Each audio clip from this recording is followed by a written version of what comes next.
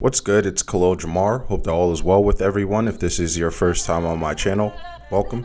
If this is not your first time on my channel, welcome back. Now, I wanted to make this video today because the more I powerlift and the more I see people move incredible amounts of weight, the more I start to realize and wonder, what are they doing behind the scenes in order to become as strong as they are? I mean, from the outside looking in, a lot of people will easily look at someone's progress. For example, let's look at SSJ Bob's crazy progress over the last few years, and they'll immediately claim that he or someone like him is on steroids. But when you actually powerlift and you've actually had to prep for a meet, or even if you're just training for personal goals, you do start to realize as you progress, there's very basic steps on how to become stronger. While it's hard to become strong and it takes a lot of time, some people are more disciplined than others when it comes to following these basic steps. And one of the steps that you have to take in order to get stronger is following a diet that will be able to help you become stronger. Diet is very essential for the performance and recovery of a powerlifter, and while a powerlifter's diet is important, it's not as structured or restrictive as that of, let's say, a bodybuilder. For example, powerlifters tend to eat more fat than bodybuilders because it does help them to build muscle, and if a powerlifter is on a cut, adding some fat in there can help them feel more full to prevent them from overeating. This is especially important for someone or lifter who is prepping for a meet and they need to cut weight. So while powerlifters should have a disciplined routine when it comes to their diet, because of the wear and tear one's body takes through powerlifting, they can afford to eat a burger or a slice of pizza every once in a while here or there. This is why you'll also see people poke fun at powerlifters for being fat. That's when you compare us to bodybuilders or any other sport that has an athlete that can afford to have a lower body fat. But if you compare a powerlifter's body to the average person, I mean, we're not that fat. But what about above average powerlifters like Julius Maddox? How does someone get to bench and move the same amount of weight as that of a grizzly bear? That's what I'm going to try to explain today in this video. Now, Julius Maddox has given some insight into his diet before, but basically he says he eats everything. This man is eating cakes, burgers, and pizza. That's of course not all he eats. He also eats steaks and potatoes in there too. But when he was asked the question, those were the first few foods that he gave out. Diet, like how much do you eat a day? What kind of stuff do you eat to maintain the size and the strength? Everything. I eat everything, whatever I want. Yeah, I mean, I steer away from. I try to steer away. Like, I like cake. I like snack cakes and stuff, but I don't eat as much as people would probably assume. But for the most part, I eat a lot of steak and, just baked potatoes. But this confirms what I said earlier about powerlifters having a little bit of leeway in their diet. Even with eating a little bit of junk food, he still looks very impressive for his size. Now, if you notice what I noticed, most of the food that Maddox listed are very carb heavy. For powerlifters, getting in carbs can sometimes be just as important, if not more important, than getting in protein and fat. I mean, it's important to make sure that you're getting in your protein, carbs, and fats in an adequate amount of each macronutrient, but sometimes we may tend to favor one macronutrient over the other. Anyway, the reason why carbs are so important, carbs are like fuel to the body.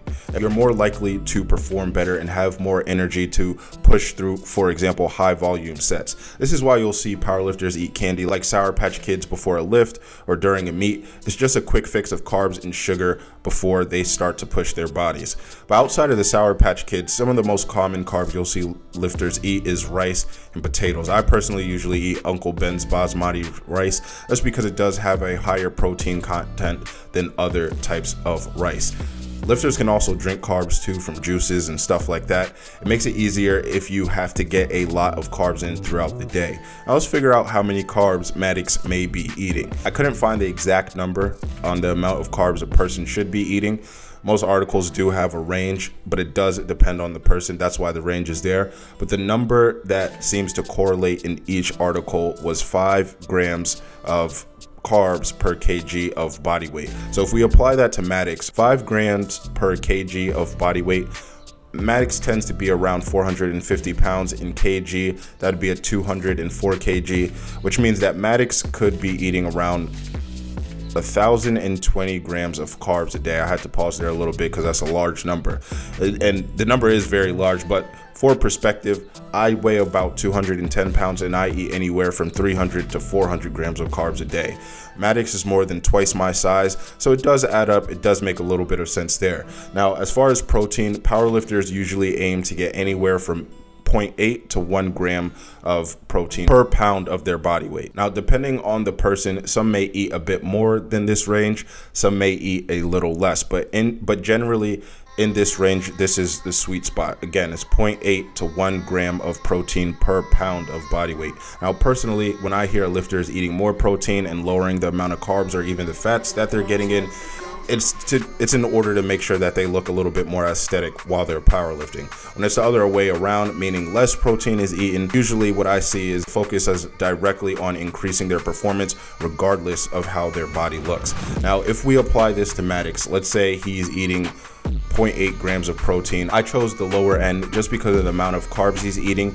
Though Maddox looks great for his size, he clearly still has a higher fat percentage. So in his diet, especially the fact that he mentioned again that he's eating cake, pizzas, and burgers. And again, I'm not trying to make it seem like he eats this all the time, but it's definitely within his diet. So he's probably eating a lot more fat than the average person does, which isn't a bad thing. He needs to. I do want to make sure that we have a balance when we're trying to figure this out as well. So if we do the math, 0.8 times 450, we get that Maddox, he may be eating around 360 grams of protein. Now, getting in 200 grams of protein is difficult, so I can't imagine how hard it is to get in 360 grams of protein. Now, fat, it's tricky because unlike protein and carbs, where you can eat 5 grams of carbs per kg of body weight or 1 kg of protein per pound of body weight, fat, at least this is what I do and this is what I've read about, fat should be eaten at a percentage, 25% and 30% of total calories that day. When we do the math on this, and this is how I did it, I did 1,020 grams of carbs, I multiplied that by 4, we came out to 4,080 calories. I did 360 grams of protein, multiplied that by 4, and we get 1,440 calories. Now, when we add those two numbers together, we get 5,520 calories so far. So fat is not included yet. What I did then is 5,520 times 0.30. That would be the 30% of fat that Maddox needs throughout the day. Then I divided that by 9 because, again, 9 calories per gram of fat, and we get 184 grams of fat. I would think it's anywhere from, let's say, 170 to 185 grams of fat that Maddox may really be eating. These numbers aren't the definite numbers, but this number, it does make sense for someone of his size, plus the amount of weight that he's lifting. Maddox is going to need way more fat than the average person to help with his muscle building and to help him recover. When we add all the numbers together, though, 360 grams of protein comes out to 1,440 calories, 1,020 grams of carbs comes to 4,080 calories, 184 grams of fat, that comes out to 1,600 and, let me check my calculator real quick. That comes out to 1,656 calories of fat.